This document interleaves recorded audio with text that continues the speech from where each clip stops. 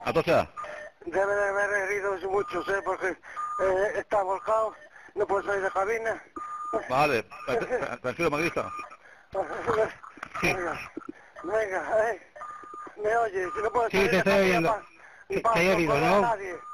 Sí, porque es que la tenía en verde y me despisté y ¿cómo se llama?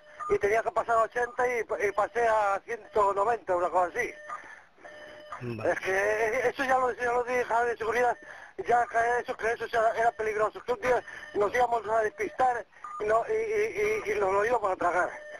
Me Vale. pasó a mí, ¿Y tú estás aquí? a 80. Vale.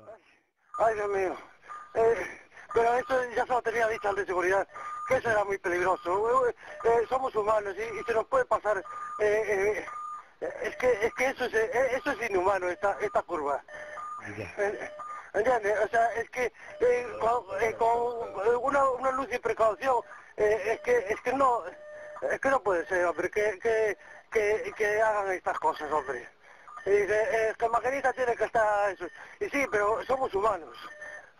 No, tranquilízate, relájate. No, sí, Ahí, pero es que es mi conciencia y los pobres viajeros.